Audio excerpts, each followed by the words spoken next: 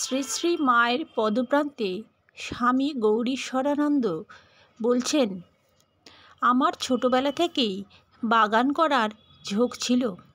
তবে এখন যেমন একই গোলাপ গাছের বিভিন্ন ডালে লাল, সাদা, হলদে, গোলাপি প্রভৃতি নানা রঙের ফুল ফোটাতে পারি, তখন এইসব জানতাম না।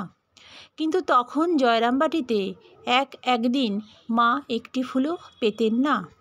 শুধু তুলসী পাতা, দূর্বা, বেলপাতা ও চন্দন দিয়েই মা ঠাকুরের উদ্দেশ্যে বলতেন, ঠাকুর, আজ একটি ফুলও ফোটেনি, এইসব নিয়েই সন্তুষ্ট হও।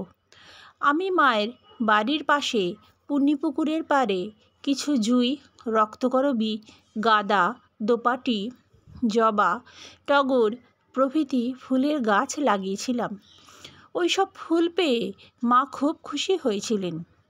একদিন দেখি দুপুরে বিশ্রামের পর মা জুঁই গাছের গোড়া খুঁড়ছেন। আমি এসব করব, আপনাকে করতে হবে না বলে খুরপিটি মায়ের হাত থেকে কেড়ে নিলে তিনি বললেন, তুমি তো সবই করো, আমি জুঁই ফুল খুব ভালোবাসি কি না, তাই এখন ওদের ফুলের সময় আসছে দেখে একটু জল দেবার জায়গা করছিলাম।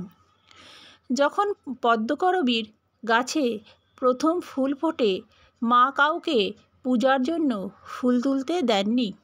বলতেন, রামময় এসে দেখবে তার গাছে কত ফুল ফুটেছে, সে নিজে হাতে ফুল তুলে দেবে, তবেই ঠাকুরকে দেব।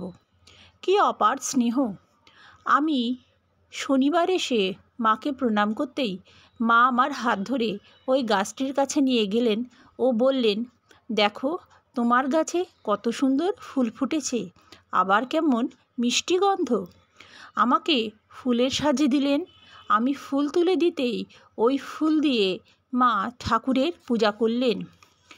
একদিন একটা কাগজি লেবুর কলম নিজে তৈরি করে নিয়ে যাই, তাতে 7-8টা ফল ছিল। মা দেখে খুব খুশি হলেন আর সকলকে বলতে লাগলেন, দেখেছ ছেলের কি বুদ্ধি, এমন কলম এনেছে যে এখনই তাতে ফল ধরতে আরম্ভ করেছে। একদিন ফল সমেত একটি আমলকি গাছ ভেঙে মাকে দিয়েছিলাম। মা তাতে অসন্তুষ্ট হন ও ফলবান গাছের ফল সমেত ডাল ভাঙতে নিষেধ করেন, বিশেষত আমলকি গাছ। এই আমলকি গাছটি আমোদরের তীরে ছিল।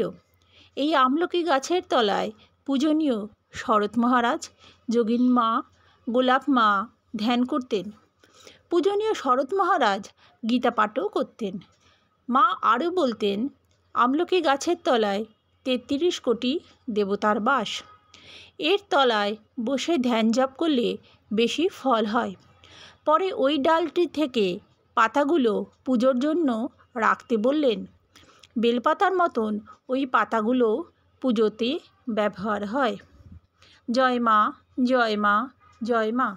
জয়তু শ্রীরামকৃষ্ণ, জয়তু শ্রীরামকৃষ্ণ। জয় স্বামীজি, জয় স্বামীজি, জয় স্বামীজি।